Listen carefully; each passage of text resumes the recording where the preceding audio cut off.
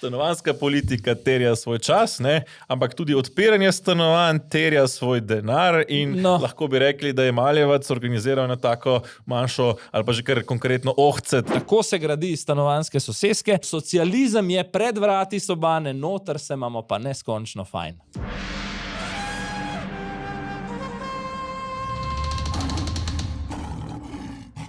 To je tedenski Safari, podcast, ki ga spremljajo levi in desni. Pa tudi levi in besni. Peter, tem je veliko, tako da greva kmalu v akcijo. Akcija, ne, zdaj prva in glavna, pa najbolj značilna referendum, sicer na tej točki povemo, da imava že komentar referenduma od ponedeljka, tako da gledalci lahko si ga pogledate že na YouTubeu. Me tudi veseli, da jih je tako veliko pravzaprav že pogledalo, tako da se fokusirava zdaj bolj na tiste odzive, ki so prišli po najinem snemanju, ne, torej predvsem v torek in sredo, ne, če začneva morda z najvplivnejšim človekom v državi. Ne. In njegovim političnim botrom iz ozadja, ne, tam nekje od leta 2011. Pogrešali smo ga, oziroma ga nismo tako zelo pogrešali, ampak 3 dni je pravzaprav rabo, da je prišel do tega, da je dal neko izjavo, pa poglejmo. Midva sva to poimenovala izginotje pri Blejskem jezeru in zdaj bomo videli, kako je po 3 dneh povodni mož, ne, ni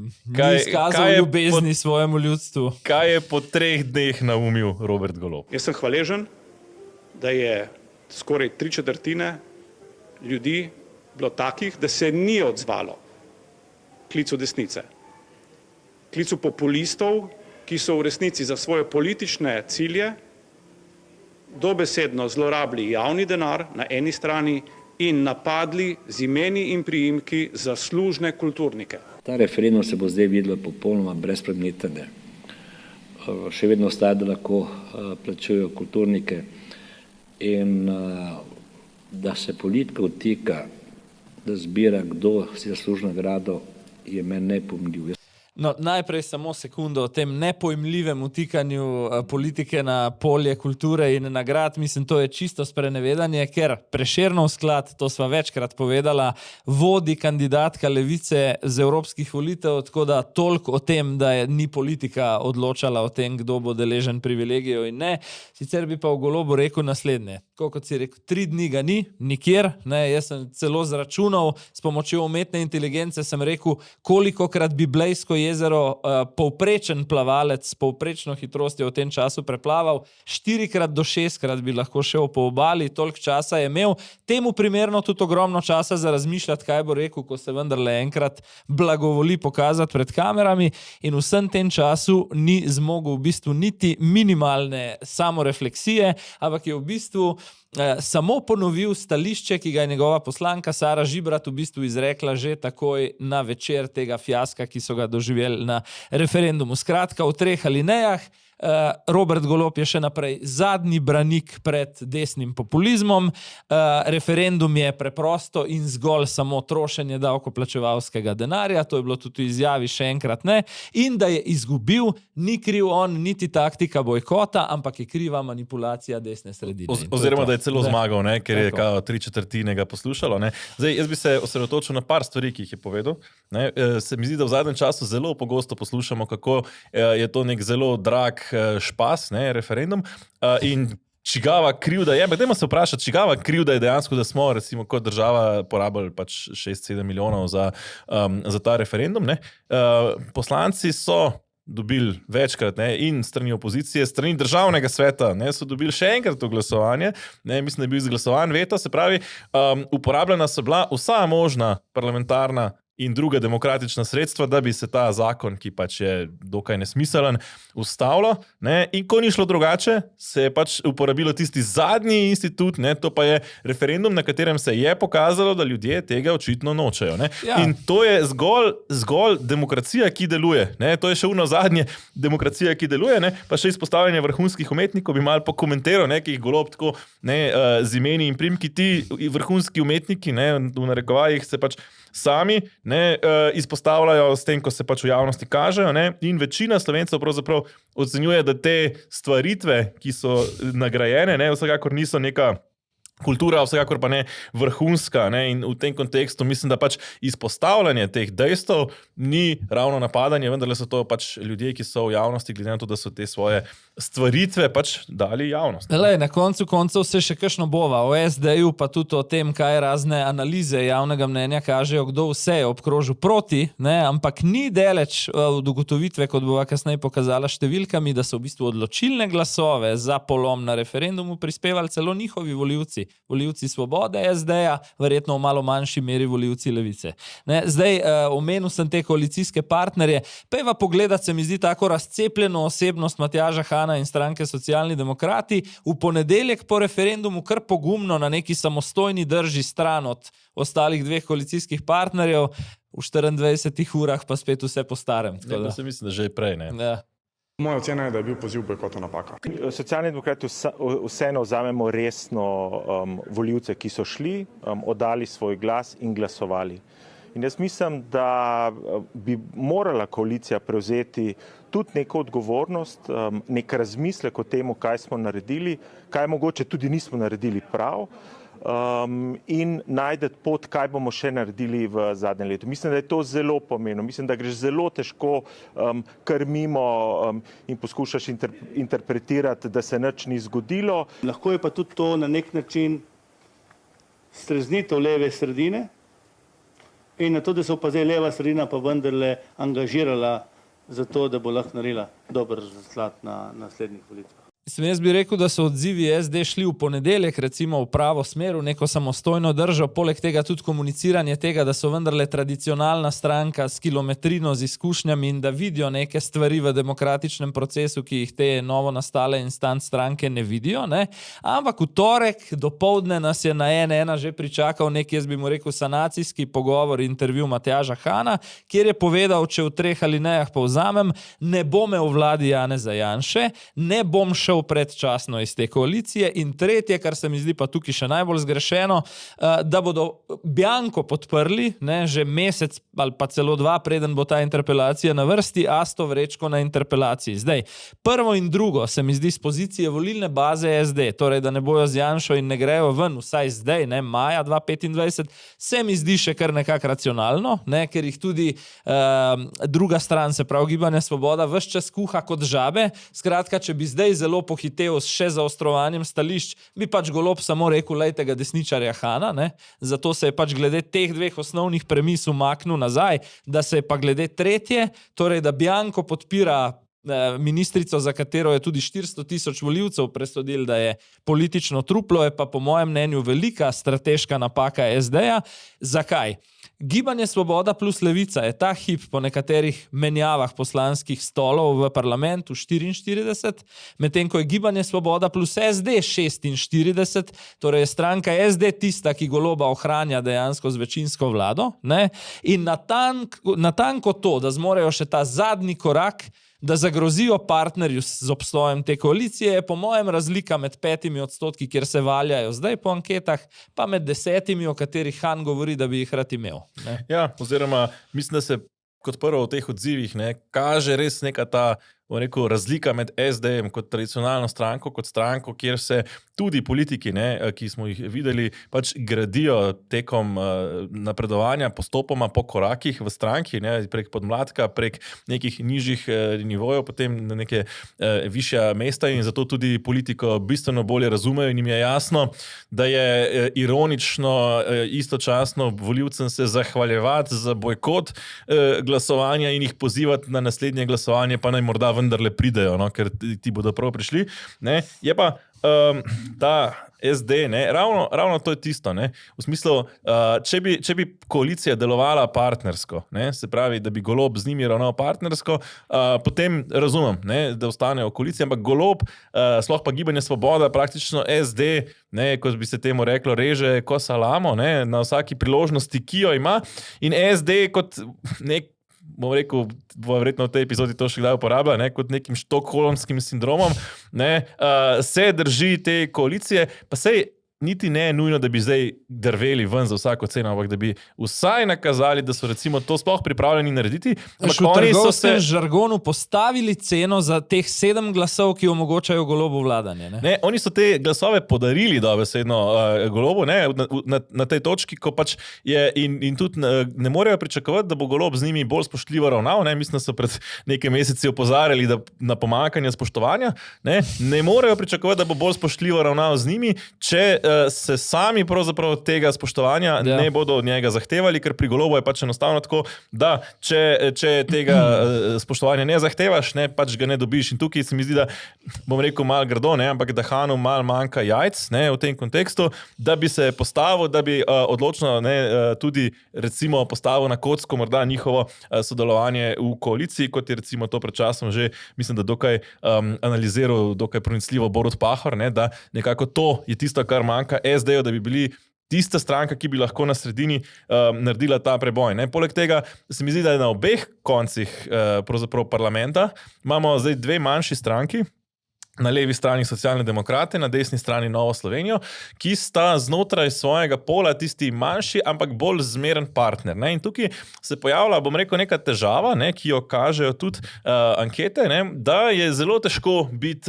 zmeren manjši partner v koaliciji. Mislim, da obema strankama preostane samo eno, ne, zelo odločne poteze, ne, ki pa so hkrati zmerno komunicirane, ampak in zelo pametno odmerjene, ne? Se pravi, da ni zdaj nekega, ne, na eni strani imamo SD, ki se dobesedno klečeplazi, večinski koaliciji, ki vodi dobesedno estradno vlado v soju pač te velike poslanske skupine, ki to omogoča in dejansko pač v parlamentu in v politiki izvajajo res neke šove, ki do zdaj še nismo bili priča in pravzaprav degradirajo politiko na najnižji možen nivo. Ne? Nova Slovenija na drugi strani pa poskuša bolj ali manj se nekako bolj očitno ali manj očitno distancirati od Janeza Janše in temu podreja prevelik del, ne, torej preveč se nekako trudijo, da bi bili zgolj drugačni od Janeza Janše. Treba sicer priznati, da v njihovi situaciji, pravzaprav kadar se njihovi interesi poravnajo z Janezom Janšo, on z veseljem pobere zasluge, kadar se ne jih pač ozmerja za prodance in koalicijske partnerje Svobode, ampak vendarle, ne, ključno za take stranke je, da si postavijo programske prioritete, potegnejo ključne ukrepe, ključne reforme, ki jih želijo in to tudi potem speljajo s sodelovanjem s komarkoli je pač z njimi pripravljen na tisti točki sodelovati. In to mislim, da je rešitev za obe stranki, ki očitno stagnirata, no, tudi v javnomnenjskih anketah. Tukaj bi dodal, ker greva hmalu k anketam, še eno ugotovitev Valikona. Andraž Zorko je pred dnevi govoril v enem drugem podcastu o 3 stebrih volilnega telesa in tega zadnjega naj bi nam v bistvu dala korona kriza. Seveda 2 tradicionalna, levosredinski in desnosredinski, pri čemer je levosredinski zaradi zgodovinske navezanosti na Jugoslavijo in na partizanstvo in na to večji, ker se ta generacija zdaj stara in je tista, ki v večji meri hodi na volišča. Ne? In potem 3. steber, ki je nastal med korono, to pa je zelo zanimiva, če pogledaš po opisu. Ne? Zorko jih opisuje takole. Med korono se niso cepili, partizanski boj postavljajo visoko na lestvici svojih intimnih vrednot, podpirajo pravico do splava, ampak pazi, po drugi strani imajo tudi konzervativnejše vrednote, kot je na primer, da jih pa na terenu, sploh če gre za sosede, ne, motijo migranti, priseljenci, Romi in tako naprej. Ne. In mislim, da ravno zato, ker je to tista politično neuka skupina, ki na koncu odloča volitve, ker se zadnji dan, 2 prevesi množično nekam, ne, idealna za nagovarjanje zmernih strank. Zakaj? Ker se torej te levosredinske in desnosredinske vrednote mešajo. Zdaj jih še najbolj nagovarja resnica, recimo, ne, pa na drugi strani tudi zelo spretno Robert Golob, ki je na tem valu tudi dobil tako premočno te volitve 2022. Se mi pa zdi, da če bi recimo NSI manj govorila o Janši, tudi manj govorila o Golobu, pa več poudarjala to, kaj na terenu naredi, ne, za te ljudi, bi dejansko lahko dosegla več, se mi pa zdi, da in SD-ju in NSI-ju to ta hip resnično ne gre. Pač nagovarjanje tega 3. stebra in gre ta hip relativno slabo. Ja, ne, in to v bistvu potem pokažejo tudi ankete, ne, zdaj tole, kar gledava, ne, so drseče sredine, ne, to pomeni nekako povprečje 2 mesecev, zato da se tisti posamezni odstopi, ki recimo so posledica zgolj nekega anomalije v vzorcu, ne, nekoliko zmanjšajo in trendi se tukaj nekako zelo jasno kažejo, ne, že nekaj mesecev se pravzaprav krepita ne, in utrjujeta svoj vodilni položaj dve največji stranki, vsaka na svojem polu, ne, in ironično kljub tej estradni koaliciji, kljub vsem aferam vlade, kljub dobesedno posmehu Roberta Goloba vsem, ki v tej državi delajo, ne, je Svoboda pravzaprav tista, ki v zadnjem času največ pridobiva in celo dohiteva zdaj, rekel, podporo SDS-a na tej točki, medtem ko manjše stranke, ne, od SD-a do demokratov in Levice in NSI-a pa nekako počasi stagnirajo. Ne, in je ta trend, bodo vse te 4 stranke, recimo, če bodo želele, da se ne približajo resno parlamentarnemu pragu, ker na teh odstotkih, kjer so, pravzaprav nobena od njih ni zares varna, ne, da bi rekli, lahko zagotovo pride v parlament. Ne. Mislim, da na tej točki, ne, bo resen razmislek potreben v vseh teh 4 strankah, kako pravzaprav ta trend obrniti navzgor. Lahko bi rekla, ne, glede na vse, kar se vladi pa Golobu dogaja, da je ta rast fenomen, v bistvu pa niti ne taka. Ne? Zakaj? Imam precej jasno izdelano tezo, zakaj se v bistvu javno mnenje ne obnaša po fiaskih te vlade. Za razliko recimo od Cerarjeve, Šarčeve, ne, teh, ki so v 3. letu že resno, ne, drsele dol ali pa celo razpadale pri živem telesu, ima izjemno disciplinirane zasebne medije, niti ne govorim recimo o RTV-ju ali pa STA-ju, ampak predvsem ta zasebni kapitalski del. Tam sva nekajkrat povedala, da pač z vzvodjem Korenčka in Palice izjemno lepo razvaja predvsem lastnike, ki niso medijski ljudje, ampak so industrialci, gradbinci in podobno. Ne, ima pa tudi zelo, to pa je treba priznati, poenostavljena sporočila za to precej neobveščeno volilno telo, kjer v bistvu sporoča dobro in slabo. In tu je v bistvu s tem medijskim vzvodjem, omeniva recimo samo Odlaskovo skupino, ki ima še radije, ne, izjemno poravnan v sporočilih. Formula je naslednja. Zapakiraš v ogromno dozo zabave, potem nekaj hitrih novic, ki povejo, to je dobro in tisto, v glavnem seveda navezano na desnico in Janšo, je slabo. Isto dela pa v dnevni politiki tudi Golob. Ne? Pove, mi smo dobri in vse, kar imamo težav, jih imamo zaradi delovanja zlih temnih sil iz ozadja. In to je dovolj, ne? In zdaj, ko si omenil te like, ne, ki jih ima noter, ne vem, Urško Klakočar Zupančič, Leno Grgurovič, Tamaro Vonta in še koga bi se našlo, ne?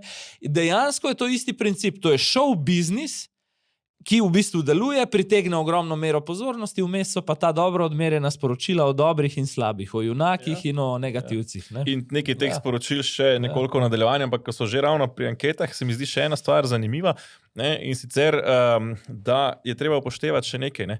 Zdaj, pogosto se smatra referendum, ne? 403.900 glasov proti, ne? Da je to nek domet desnice, ne? Pa vendarle anketa Andraža Zorka, ne? Valikona, jasno kaže, da pravzaprav približno 70% teh, ki so glasovali proti, so dejansko volivci desnice, ne? Torej približno 280,000 recimo, 100,000 manj od tega, ne? Dobrih 100,000 manj, kar pomeni, da že če bi vsi bili volivci desnici za zmago na volitvah, manjka še nekje 100 do 150,000, ne? Oziroma glede na te analize, da so pač mnogi levi volivci, ki jim je šel pač ta zakon Aste Vrečko na živce, se pojavili na volišču in glasovali proti, ne? Med njimi dobršen del še recimo med volivci SD-ja in podobno, ne? Pa nekimi neopredeljenimi in tako dalje.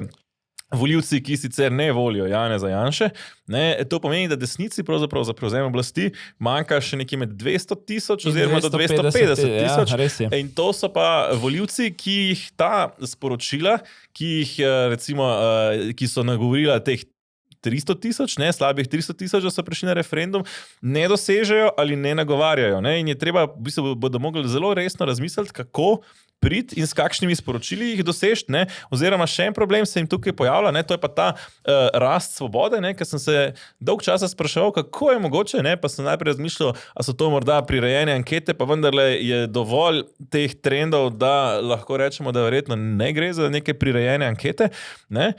Odkje ta trend Svobode, rasti Svobode, ne? Ker načeloma te instant stranke, ki so narejene za en mandat, za to, da potegnejo te volivce, ne, pač običajno potem počasi z vsakim fiaskom zgubijo nek del volivcev. Torej, kako je nek volivc, ki je že bil razočaran na Svobodo, se znova vrnil k Svobodi in mislim, da je to ta razlog, ko se Janša precej aktivira, Ne, To s je tem točno aktivira to, na tudi... čemer je Robert Golob 3 leta javno delal v medijih, in sicer, da se vzpostavi kot glavna varovalka temu stolpcu, torej SDS-u. In na nek način, ko raste SDS, raste vedno z njim tudi Gibanje Svoboda. Zdaj imaš pa tukaj še en zanimiv fenomen, ki je verjetno hmalu maja, junija stopil na sceno, in to je fenomen Prebiliča. In tukaj imaš dve tezi. Ne? Ena precej realna, glede na vse ankete ta hip, je, da brez Vladimirja Prebiliča pa njegove nove stranke leva sredina ne seže do 46. stola v državnem zboru. Po drugi strani se spet vrnemo k Hvalikonu pa tezi Andraža Zorka. V hipu, ko bosta na levi sredini dve srednje močni stranki poravnani in bosta precej zaostajali za SDS-om, se lahko levo volilno telo tudi pasivizira. Tako da je dvorezen meč, kaj točno v bistvu dobi leva sredina z Vladimirjem Prebiličem. Ne? Ja, pa še ena zanimivost, no, ko smo že pri anketah, ne, je pa tudi to, da večina strank z izjemo demokratov, ki pa kar nekako vlečejo z različnih koncev, ne, oziroma so recimo druga izbira ljudem iz precej raznobarvnega polja. Ne. Ostale stranke že precej dobro, sploh SDS in Svoboda, že precej dobro izkoriščate svoj potencial, medtem ko ga NSI, ne, po drugi strani nima tako dobro izkoriščenega, ampak je bistveno bolj parkiran v teh desnih strankah, ki so tudi največja konkurenca. Ne. Tako da v tem kontekstu recimo so demokrati pravzaprav tisti, ki lahko še nekako razširijo ta bazen, ne, ampak spet bo to veliki izzivi. Ne. Zdaj si dregnil v dve stranki, ki sta se v bistvu dan po referendumu aktivirali z interpelacijo proti kulturni ministrici Asti Vrečko, bili tudi takoj deležni očitka strani SDS-a, da v bistvu zdaj kradejo ta spotlight oziroma žaromete in iščejo pozornost. Predlagam, da najprej pogledamo eno to soočenje na temo interpelacije, pa pola rečemo še kakšno vsebinsko o tem. Interpelacija je ena izmed ključnih vzvodov opozicije, da vrši nadzor nad delom vlade. Gre še za eno oviranje vlade, ki ima seveda večino, in interpelacija ne bo oviranje vlade. Spremljamo v bistvu negiranje resnice, ki je bila pokazana na referendumu, in hkrati negiranje instituta interpelacije, ki dejansko ministrico tudi za ugotovitvami drugih institucij postavlja pred neko politično odgovornost. Spet bomo poslušali o Svetlani Makarovič, o poniževanju umetnice Maje Smrekar in tako naprej. Na kratko, ker je gospod Prešiček čaka. To je neposredno repliko. Noter v interpelaciji v besedilu je navedeno računsko sodišče, je navedena proračunska inšpekcija in tako naprej. To so institucije, ki morajo biti robustne in ki bi jih morali spoštovati. Samo še nekaj, politično kulturo prvi in edini in glavni mora skrbeti tisti, ki ima moč, torej ki ima vlado, koalicijo. Opozicija je pa tista, ki opozarja. Zdaj, najprej bi o tem odnosu koalicijskih strank Gibanja Svobode, Levice do teh demokratičnih inštrumentov. Se pravi, izvedeli smo samo v nekaj dneh. Referendum je itak stran vržen denar. Zdaj smo slišali še interpelacija je dvoje. Zapravljanje časa, nepotrebno oviranje super vlade pri njenem nadaljnem delu. Ne? In kar se računskega sodišča tiče, itak brez veze, ker odnos do računskega sodišča in podobnih institucij poznamo, ta koalicija je pač direktno finančno posegla res v proračunska sredstva. Ne? In zdaj jaz se klele sprašujem, v bistvu je spet podoben odnos dveh največjih akterjev, ki ugotavljamo, da imata v ozadju bistveno več stičnih točk, kot se zdi. Na eni strani Svoboda s tem odnosom, na drugi strani tudi SDS z odnosom do interpelacije. Rekla je, mislim, da je SDS poslal Černača pa Hojvika, da sta eden NSI-ju, drugi pa Logarju povedala, ste attention horse, da ne rečem, se to bo marsikdo v izvirniku razumel, pa bom rekel, pač iščete za vsako ceno pozornost in jo kradete slavo stran od nas. Kle bi pa glede SDS-a razvil pa eno tezo, ki se mi sploh ne zdi divja, in sicer moja teza je, da želja Janeza Janše za naslednji mandat, kakor tega seveda ne sme povedati svoji bazi in tem ljudem, ki jih aktivira z referendumu, ni vladanje, pač pa je predvsem popolna in dokončna hegemonija desno od sredine, izprazniti ta prostor, biti praktično edini, ki se potem lahko z vsakokratno levo-sredinsko oblastjo v ozadju dobesedno trguje, trejda, če če hočeš, pogaja o tem, kdaj jim nekaj dovoli in kdaj jim nečesa ne dovoli. Ne? Tako da poglej obnašanje obeh, recimo se pravi Roberta Goloba, komu da ne rečem kaj, Asta Vrečko na veliko, ne, na referendumu, jo brani Gibanje Svoboda Saro Žibrat do zadnje kaplje krvi. Ko se to isto zgodi na desnem polu, Janez Janša samo še zabije kladivo. Ne. Ja, zdaj, glede interpelacije je morda še par zanimivosti. Ne? In sicer ravno v tem duhu je po svoje razumeti to interpelacijo, kot da sta NSI in demokrati so pohiteli, da bi prehiteli SDS, kar je v določeni meri verjetno celo tudi res, pa je treba vendarle povedati še to, da je bila ta interpelacija spisana pravzaprav že zdavnaj, že več mesecev nazaj, in da so takrat v NSI-ju ponudili sodelovanje tako SDS-u kot demokratom. Odgovora sta bila sledeča, SDS je sodelovanje zavrnil, demokrati so takrat ocenili, da ni primeren trenutek, ampak niso zadeve povsem zavrnili in potem so po referendumu očitno spoznali, da je napočil primeren trenutek in se tega lotili.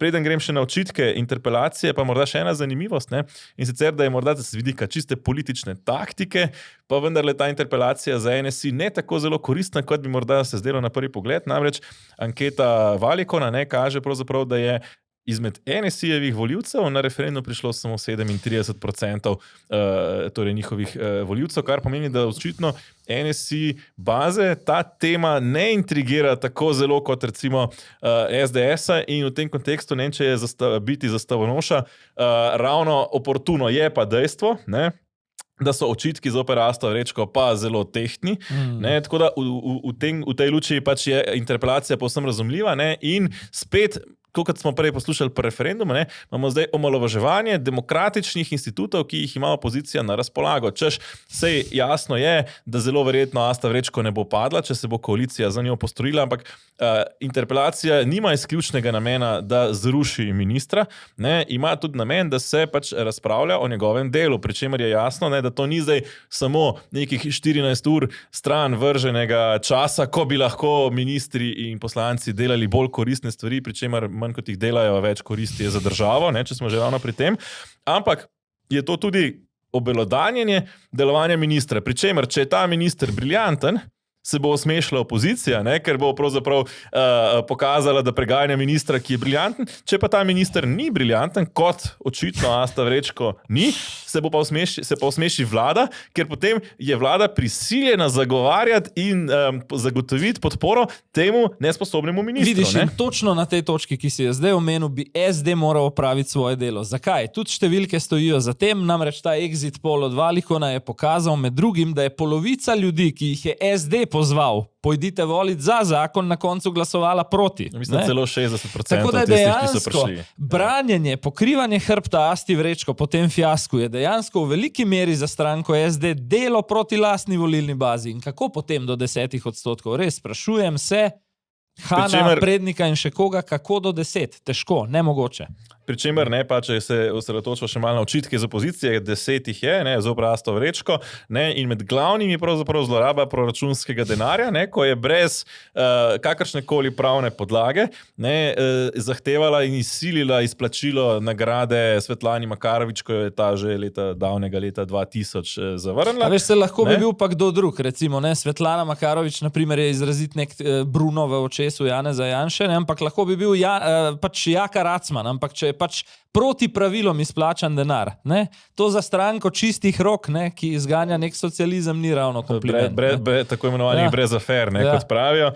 Potem so tukaj neracionalna poraba sredstev, ko govorimo recimo o ljubljanski Drami, kjer se za velike denarje najema, mislim, da v Litostroju, tam nekje na Litostrojski, prostore, kjer bodo šli milijoni za najemnino te nadomestne drame, medtem ko se sama obnova originalne Drame vleče zelo počasi, da ne govorimo recimo še o kakšnih ostalih škodljivih posledicah za državljane in državljanke, od razne zakonodaje, medijskega zakona, ki ga pripravlja in konec konca se vračamo spet na koncu potem nazaj na proti slovensko delovanje in ukinitev muzeja slovenske osamosvojitve in tako dalje. Na temo Drame ti bom rekel še nekaj, navideš čist nepovezano. Jaz nimam za čisto naključje, da sta zakonca bivša, zdaj že v bistvu zakonca Boštjančič ravno ta teden skomunicirala svoj svoj razhod že v aprilu menda letos. Zakaj, ne?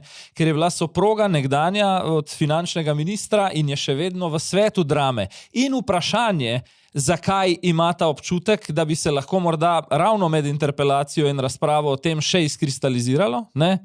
In sta pač zdaj obelodanila, nisva več skupaj, pustite naj v primeru. Tako da vprašanje, kaj se vse v ozadju dogaja, bi pa navezal na novo temo. Ločitev iz priročnosti. Ja, tudi, ne. Tudi. V politiki ne bi bilo to nekaj čisto novega.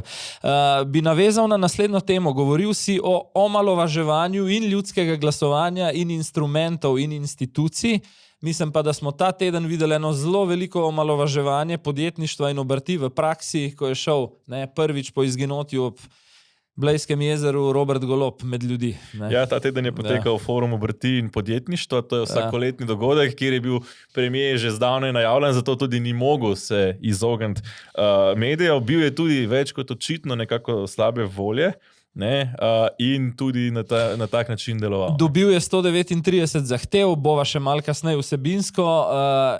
Če jih povzameva, v glavnem je šlo na tole, kar imava v ozadju, se pravi na nemogoč davčni primež, ki ga imamo v Sloveniji, ali pa jaz bi po domače rekel, nič nemogočega niso zahtevali podjetniki in obrtniki, samo nekaj kisika in nekaj kapelj vode v Sahari. In nekaj zdravega razuma. Dobili pa so zdiranje dobesedno. Bo še pogledala, prva zahteva od 139, 5 so jih izpostavili kot res ključnih.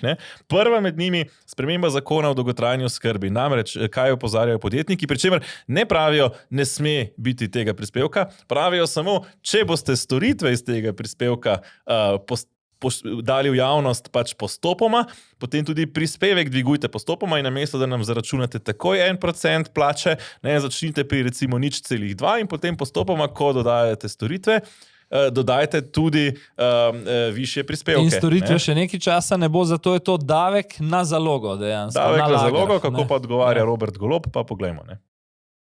In če ves čas poslušamo samo o zahtevah za naprej, ki seveda ne morejo biti izpolnjene, ker so zahteve za naprej, nikoli pa se ne poslušamo o tem, kaj smo skupaj naredili v zadnjem letu od prejšnjega, se po nepotrebnem ustvarja vtis, da je vse samo še nenarejeno in čisto nič vse doseženo. Jaz sem razočaran. Zakaj? Zato, ko sem rekel, mogoče bo pa zdaj boljši, ampak vidim, da ni. Skozi več nam obremenjujejo. Ne, dolgotrajne oskrbe ne bomo spremenili, ne. Je prvo v nizu zahtev podjetnikov brez ovinkarjenja zavrnil premier. Bom pa zahtevo od ministra, brez pardona, da bo vse storitve na razpolago čim prej in čim bolj racionalno. Mi moramo razmišljati o tem, kako evropsko zakonodajo preleviti tudi v slovensko, brez da smo bolj papeški od papeža. In to je to, kar mora ta skupina početi. Poglej, zdaj tukaj dva absurda. Na eni strani je izrazito agresivna oblastna retorika Roberta Goloba, ki pride pred podjetnike polno dvorano, ki imajo v bistvu zelo racionalno zahtevo, da naj nekaj, kar še ne deluje v praksi, tudi že ne financirajo, ne? In on jih nadere. Temu lahko v bistvu v žargonu rečemo, sploh v politični retoriki je bilo to nadiranje. Ne? Na drugi strani dobi v tem istem posnetku spontani aplavz prisotnih. Jaz imam tukaj samo dve teze, ali je to popolna vdanost v usodo in so si pač podjetniki, ki veljajo za bolje obveščeni načeloma del slovenske javnosti, izračunali tudi po zaslugi anket, da jih čaka še 4 leta nečesa podobnega, s čemer bojo morali plavati, ali drugo, kar bi bilo slabše v resnici sporočilo, da razvijajo do Roberta Goloba neke vrste psihološki stokholmski sindrom. Torej, da poenostavimo, da so začeli tistega, ki jih muči, skrivoma ljubiti. Ja, pri čemer, če se vrnemo nazaj na to nadiranje, češ najprej Robert Golob očita, kaj mi dajete zahteve, če pa vendarle jaz tako veliko delam, in kaj je Robert Golob naredil, odpravo je davčne olajšave od prejšnje Janševe vlade, uvedel je dodatno birokratizacijo v smislu in beleženja delovnega časa in odklopa in vsega podobnega, uničuje zdravstvo, zaradi česar so vedno daljše bolniške, ker ljudje pač ne pridejo pravočasno do zdravljenja, ostajajo dalj časa na bolniški, kar spet uničuje gospodarstvo, in bije ideološko vojno proti vsemu, kar je zasebno, da ne govorimo še o dodatnih prispevkih za dolgotrajno oskrbo. In ti dodam še eno, dobili smo obljubo menedžerja, spretnega menedžerja v politiki, dobili pa najbolj do posla neprijazno vlado v zgodovini države. O tem sem prepričan. In o tem kažejo oprijemljivi podatki.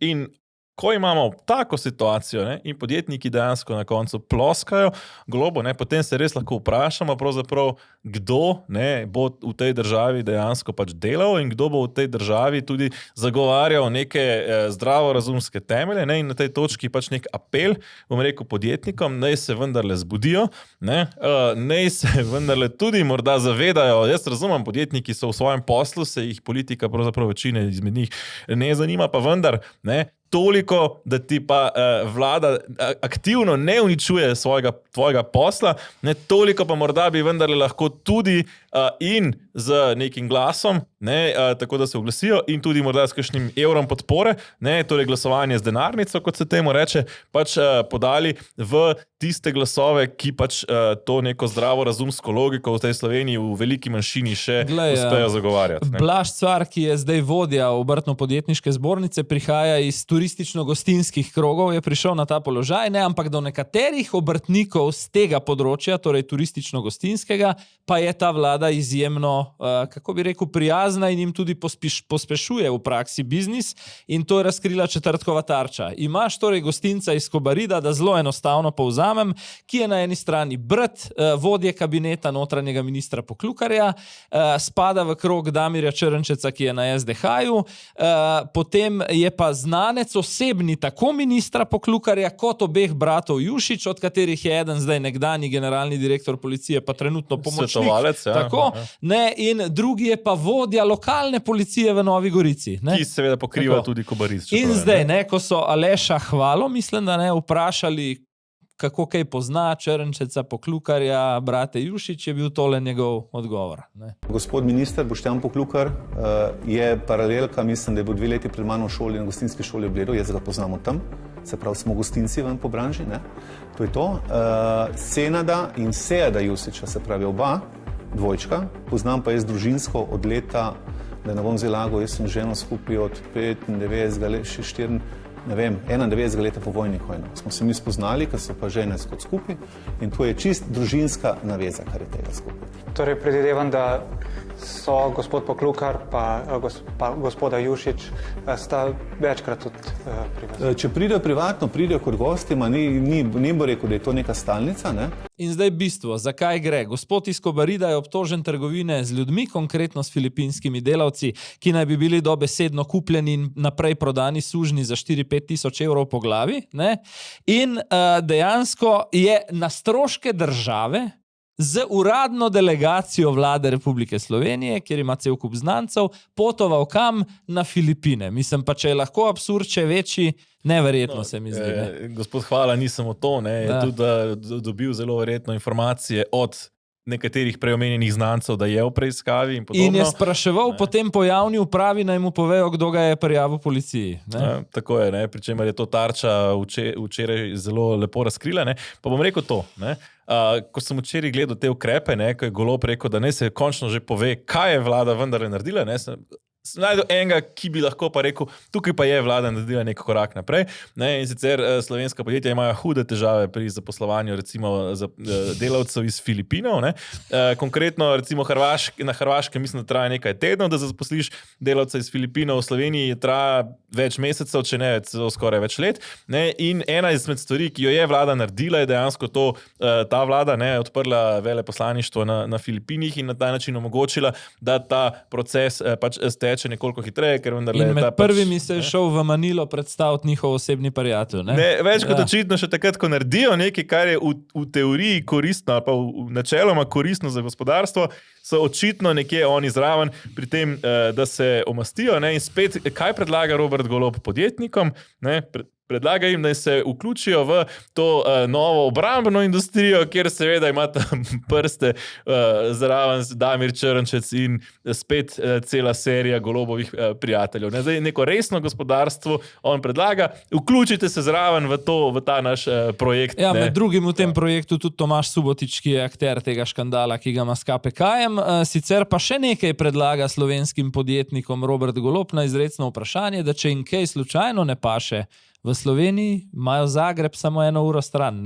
Dajva pogledati, če to.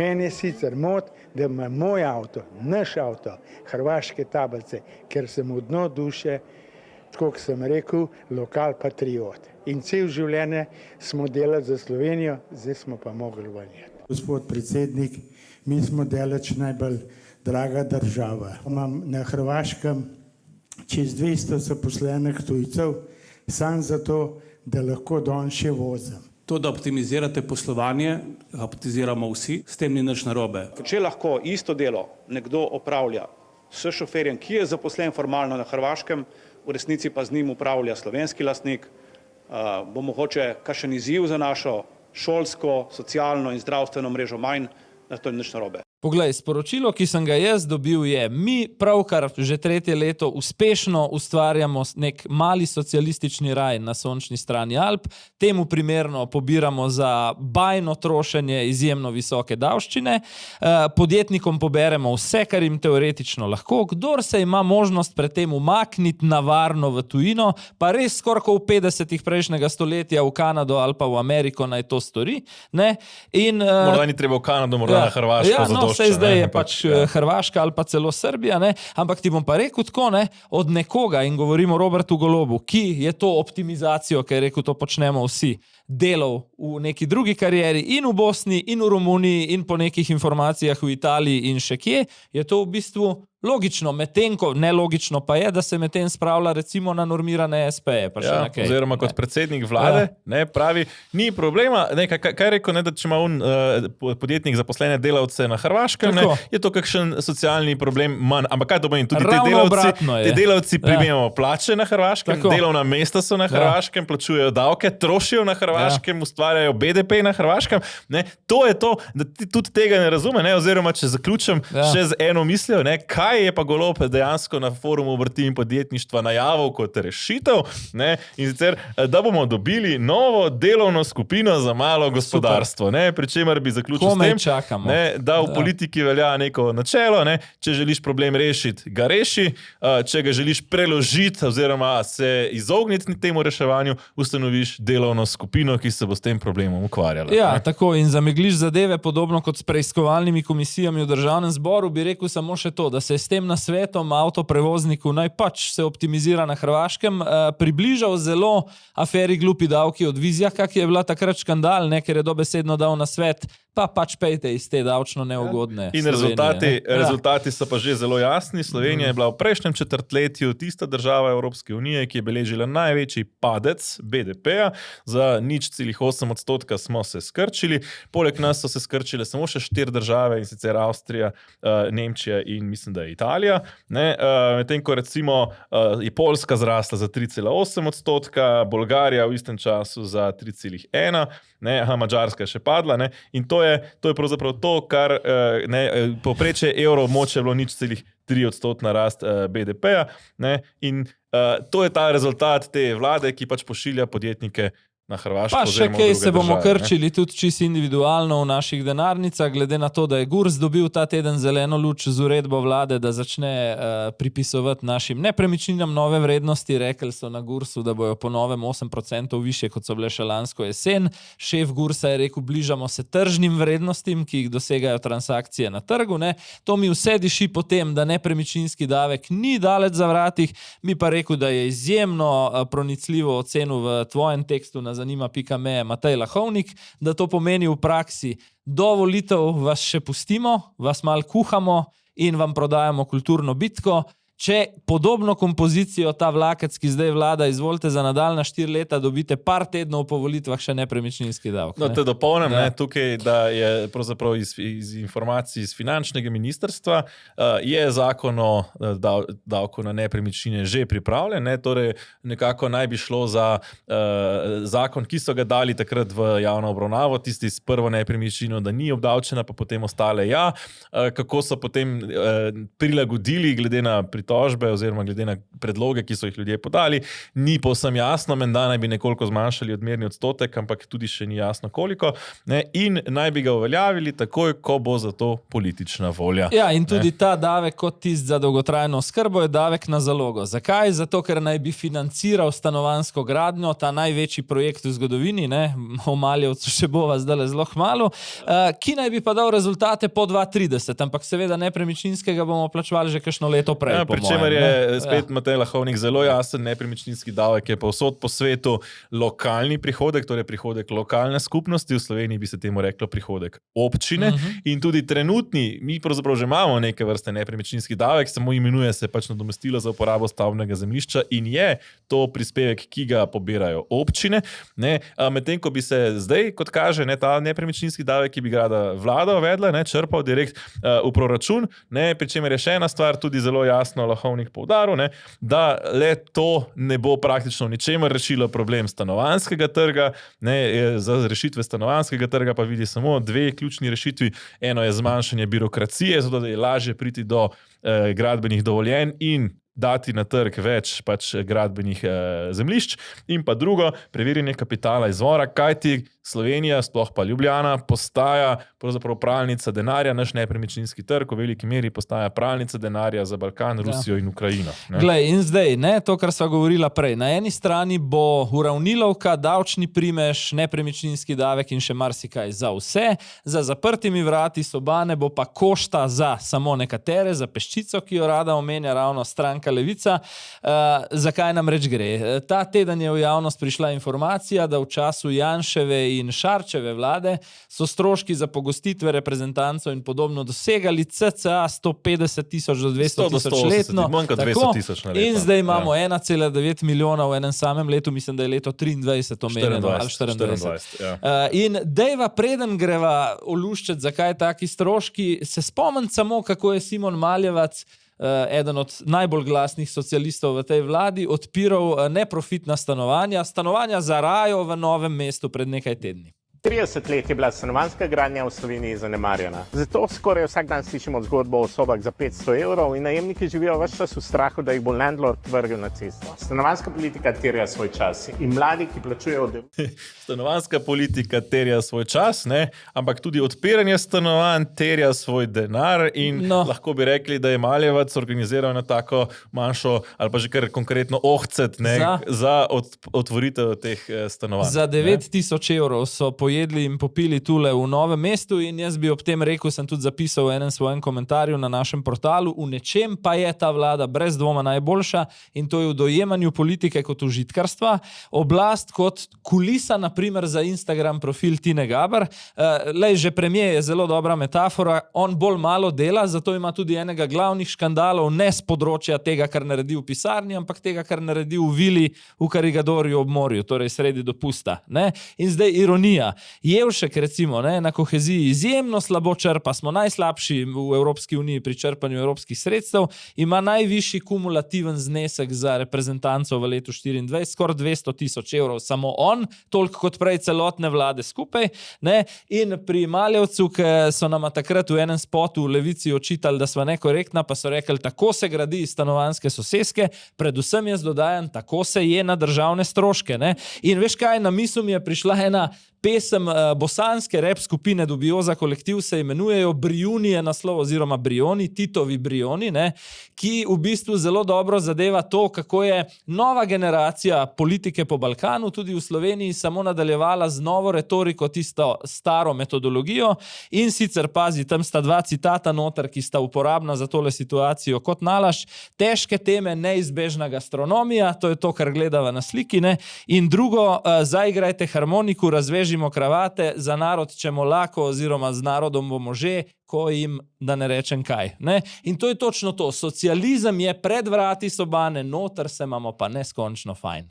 Ja, in ko smo že pri bratih socialistih, Maljevcev nekdanji strankarski kolega, ki zdaj gradi pravzaprav svojo stranko, mi socialisti, kot si pravijo, se je očitno nekako v duhu referenduma o kulturnikih, očitno lotil še referenduma o orožju.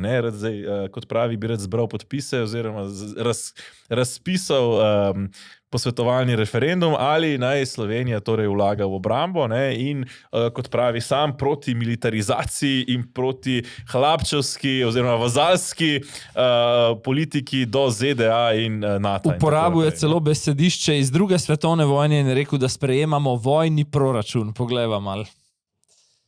Vlada je nedavno oznanila, da nas bo do konca podredila vojaški histeriji NATO pakta in Evropske unije. Rekordnim nakupom orožjem se zdaj pridružuje še vse splošna militarizacija. Želijo militarizirati naše železnice, naše ceste, celo naše bolnišnice, zraven pa najavljajo, da bi v uniforme NATO pakta radi strpali 30,000 mladih fantov in deklet. Si nabira politične točke, verjetno za naslednje volitve. No, to seveda od Arčona se redko strinjam z njim, ampak tole absolutno drži. Bom pa rekel tako, z njegove pozicije, z pozicije Mihe Kordiša, dokaj logična poteza, nekje si vendarle mora najti pozornost za ta nastajajoči politični projekt in je tudi res, da ravno to oboroževanje je ena od točk, kjer so se vsebinsko tudi z nekdanjimi kolegi v Levici razšli, ne. Glede tega, kaj bo s tem dosegal, bi pa ocenil tako, resne škode tej vladni kompoziciji ne bo naredil. Mislim tudi, da je njegova off the record ambicija mogoče kar realna, da doseže ta prag financiranja, od katerega bo še naslednja 4 leta lahko dobro živel na državne stroške, to je 1% glasov na naslednjih volitvah, nekaj malega bo ščipnil v Levici, kaj hujšega ne bo. Oziroma z drugimi besedami, naj mu sodi 40,000 podpisov, ki jih mora zbrati, preden bi mi šli na takšno glasovanje. No, v resnici ne rabi zbrati 40,000 podpisov, ker zaenkrat ne gre za naknadni zakonodajni referendum, ki terja podpise, ampak v resnici lahko posvetovalni referendum razpiše zgolj parlament, ne, torej bi mogel Kordiš prepričati polovico svojih, mislim, da poslanskih kolegov, da bi ta referendum razpisali, pri čemer bom pa rekel to, je ironija, ne, to je tista klasična demagogija Levice, ne, ko govori o varnosti, ko govori o tem, ne, da kako se mi militariziramo, ne, ne vem, ki on vidi kakšen vojaški rok, no, oziroma naborništvo, ki ga Slovenija že 20 let in več nima, ne, ampak kaj je, on rohni proti NATO, ki nam je omogočil, da imamo ta varnostni dežnik, da rabimo plačevati samo 2% za obrambo, pa še tega ne plačujemo, ne?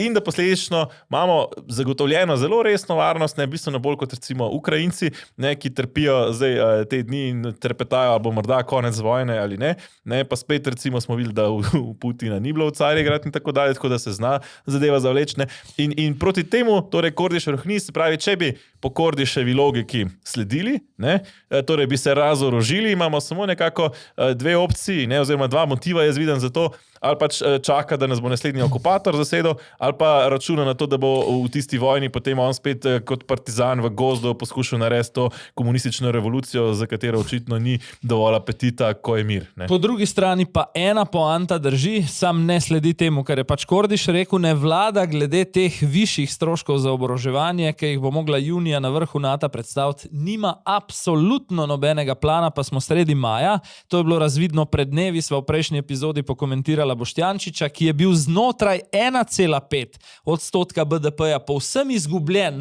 kako lahko pridemo do 2, vmes pa so se na NATO in v ZDA dogovorili, da je številka 5 in da je od tega to, kar zdaj namenjamo 1,5, lahko morda ta razširjena raba, mogoče nov falkonček deloma. Ne, 1,5 tudi so zelo jasno povedali, da ta razširjena raba ne pomeni karkoli, kar bi bil recimo ampak v tem primeru bližje falkon. bojišču kot je falkon, ja. 3,5 pa direktno za orožje. To so pa številke, ki jih Boštjančič, glede na to, kam vse meče denar v proračunu, ne more naštrikati, ne da bi Slovenija resno propadla in bankrotirala pri tem. In bi glede pomankanja idej v aktualni vladi rekel, točno to je problem. Janša in Golob se ukvarjata s kulturnim bojem 90% časa in 90% energije, z vsebino se vsi ukvarjajo prekleto malo in prej sva omenila ankete. Prvič imaš sliko, ko po anketah resno lezejo v parlament. Projekti kot so utopistični, Resnica, Vesna in Levica, ki še vedno ohranja te ali celo višje odstotke, kot jih je imela pred 3 leti. Ne? Ja, ne, to je torej zgodba Mihe Kordiša. Ne, še ena ironija pravzaprav te vlade pa je, ne, ko je prejšnja vlada sprejela zakonodajo, ki bi omogočila prihod platform, kot je Uber, ne, so proti temu rohneli. Ne samo to, ne, celo več. Videli smo, kako so potem sprejeli zakon, ki naj bi odpravil škodljive posledice prejšnje vlade, med katerimi je tudi ta anti-Uber zakon bil, ne, oziroma odprava Uberja. Ne, zdaj pa 20. maja, ne, uradno v Slovenijo dejansko prihaja Uber. Sicer mimo njih, čeprav razumem, se je ameriška ambasada kar odločila lepo, da Uber prihaja, pa če to komu všeč ali ne, in tudi izjava od gospodarskega ministra bova videla je kar posebna. Boš pa videl domislico, napisali so takrat v tistem obdobju Janševe vlade kapital Uber alles, ne, se pravi kapital je nad vsem, pa poglejva to. Takrat sem bil zelo zadržan in sem tudi zdaj zadržan, oziroma jaz mislim, da morajo naši obrtniki, naši taksisti sploh videti, da se na nek način trg ne razbije. Razumem pa, da so verjetno ljudje zadovoljni, da je do tega prišlo. Pazi, pravi ljudje so pa zadovoljni, da do tega prišlo in to ponavlja paradigmo Roberta Goloba. Oblast je neke vrste boj proti zadovoljstvu tvojih ljudi. Zakaj? Ker država ve bolje od državljanov, kaj je za njih dobro. Ne? Mislim, da je to izrazito slaba izjava za nekoga, ki je gospodarski minister in pazi vsebinski, glavni vsebinski očitek, Uber povzroča dumping, z nizkimi cenami v prvem koraku uniči konkurenco, potem pa sam določa ceno in jo dvigne. Kdo je to naredil na elektrotrgu? GEN-I. GEN-I, ki ga je vodil Robert Golob.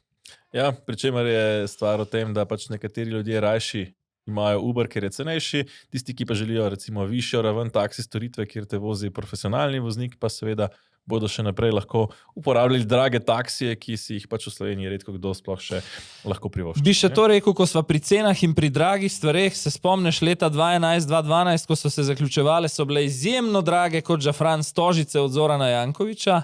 To pa moramo mogoče na tej točki povedati danes gledalcem, da za del tistih, ki so naši podporniki in naročniki, prije danes še posebna epizoda, ki jo bo možno dobiti preko zanima.me na zavihku video. Torej, ko končava snemanje vredne... Ampak za tiste, ki ste naročniki na portalu zanima.me. Ko končava snemanje vredne epizode, nastane še ekstra epizoda samo o preobratu, o sodnem preobratu v zadevi Stožice, kjer je torej dejansko zaklenjena vsebina za naše podpornike in naročnike. Ne? Ki smo jim za to nadvse hvaležni. Absolutno. In vabiva seveda vse ostale, ki še niste, ne, da se temu pridružite. Zdaj pa morda še kratek pogled v tujino.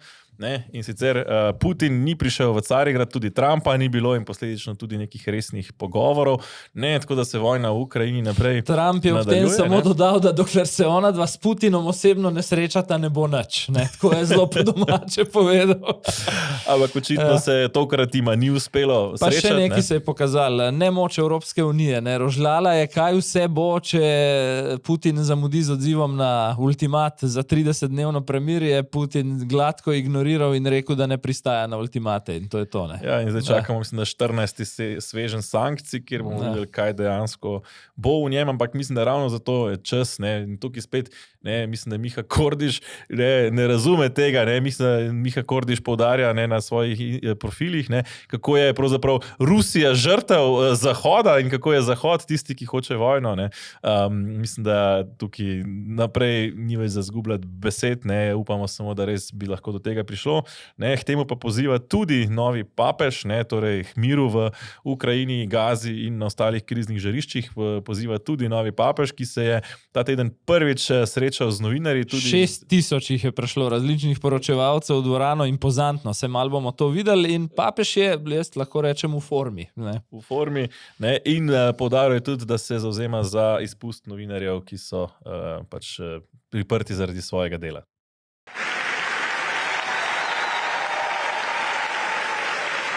They say when they clap at the beginning, it doesn't matter much. If you're still awake at the end and you still want to applaud, thank you very much. Ja, jaz bi rekel, da mi deluje res simpatičen, dostopen, prizemljen, ljudski. Ne? Po drugi strani sva pa ugotavljala tudi, da je nekako pomiril konzervativnejše kroge z spoštovanjem nekih starih tradicij. Tudi ta teden odpečatil tisto stanovanje, ki ga Frančišek ni želel uporabljati v času svojega pontifikata. Zdi se mi povezovalen, kar je verjetno dobro za moč in avtoriteto RKC v teh divjih, nepredvidljivih časih. Ne? Ja, mislim, da je nekako uspel združiti in navdušiti praktično vse ključne kroge v cerkvi in zaenkrat kaže, da mu torej kaže dobro pri njegovem delu, ne? Pa bodi zaenkrat toliko Tako, v tem zdaj delu. Tiste, ki sva jih midva uspela v Safariju navdušiti, pozivava, da po koncu tele epizode, ki bo vsem dostopna na YouTubeu in na audio platformah, pogledajo tudi na zanima.me na Zavihek video in tam, če ste naš podpornik ali naš naročnik v kateremkoli paketu, boste imeli dodatne vsebine, dodatne video, kjer gremo pa res poglobljeno v zadevo Stožice in v zakulisje tega, zakaj je Zoran Janković po nekaj, kako bi rekel, sladkih skomin in občutka popolne prostosti kot ptiček na veji, zdaj spet soočen z grožnjo 7 let in 10 mesecev povemo, zapora. da je višje sodišče razveljavilo, torej okrožnega oprostilno sodišča. sodbo, po kateri mu ne bi bilo treba v zapor zaradi afere Stožice. Pa še komu znanemu, naprimer Romanu Jakiču, nekdanjemu obrambnemu ministru. Tako je. Se gledamo še v nadaljevanju. Vsi ostali pa hvala za pozornost in se vidimo prihodnji teden.